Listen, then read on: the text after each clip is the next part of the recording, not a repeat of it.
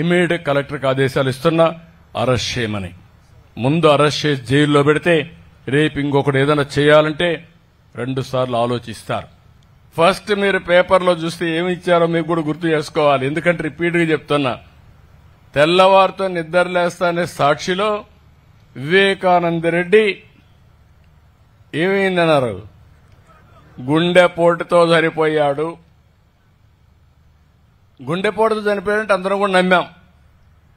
నమ్మిన తర్వాత రూమ్లో గోడలంతా కూడా రక్తం ఉంది, కడిగేశారు.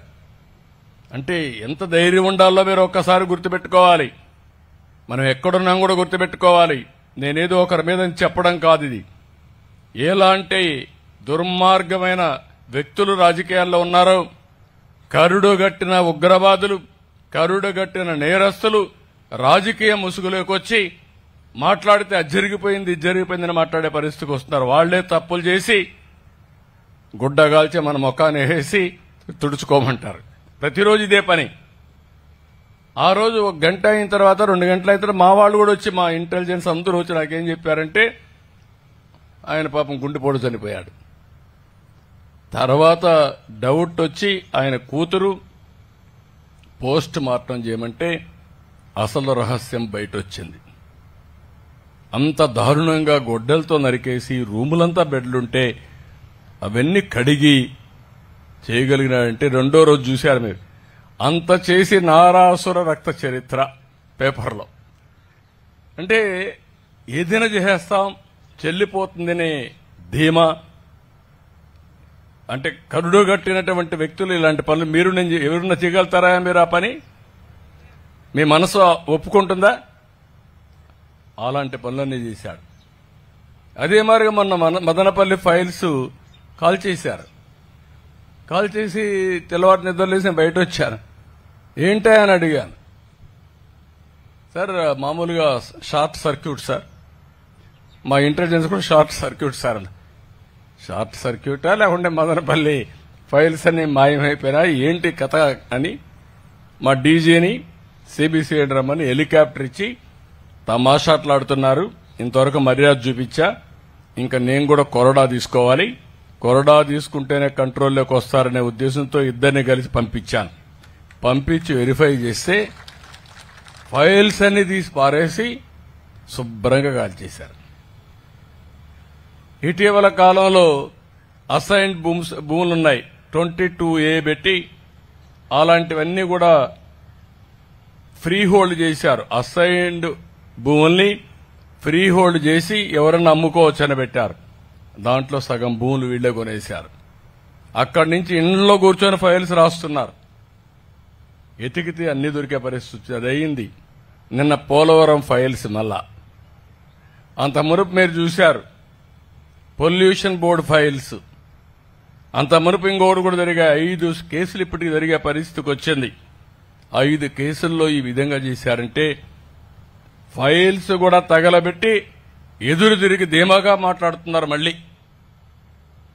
ఎవరు చేశారు, ఎక్కడుందని మాట్లాడే పరిస్థితి. ఒకటే చెప్తున్నా, నేను మర్యాదగా ఉంటాను గాని రాజకీయ కక్ష ఉండదు గాని తప్పు చేసిన వాడిని మాత్రం ఎక్కడ దాంకున్నా వదిలిపెట్టే సమస్యే లేదు. నేను చాలా ఫరంగా చెబుతున్నా.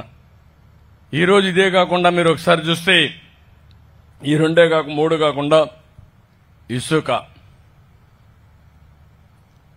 ఫ్రీగా ఇవ్వాలని చెప్పా.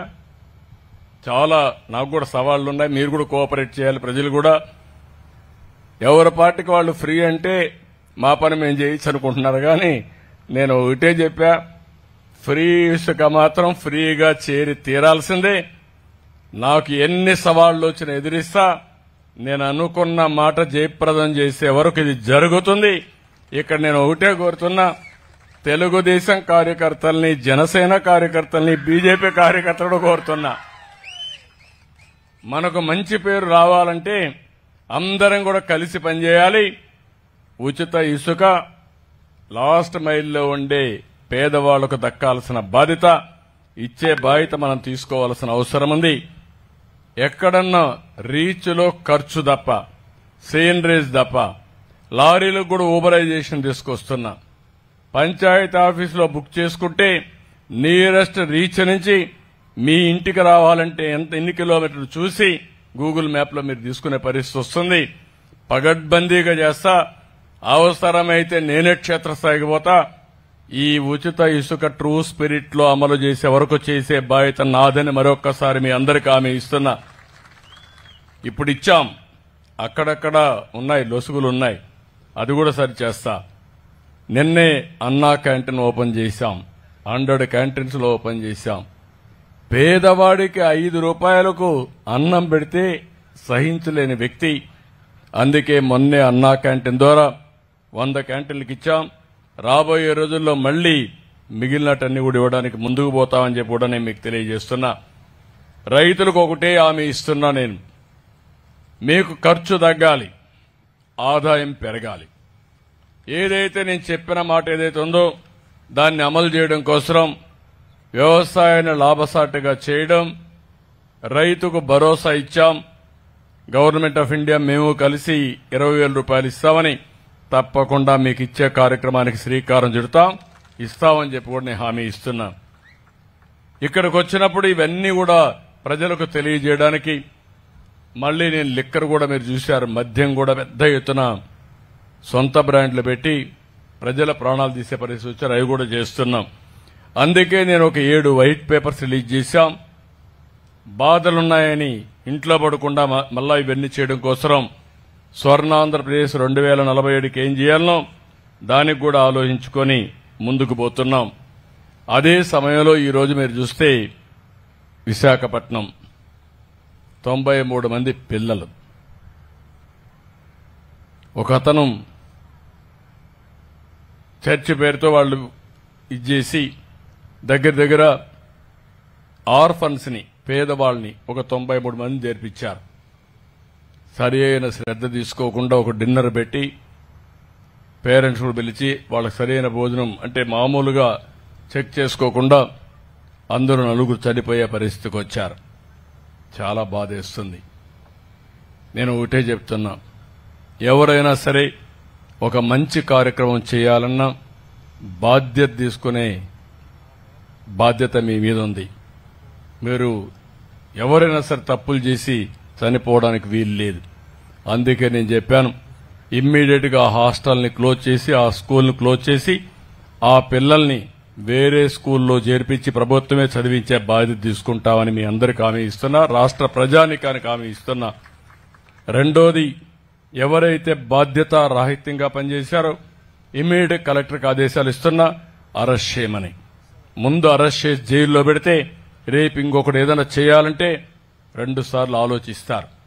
నెగ్లిజెన్స్ కూడా చాలా బాధ.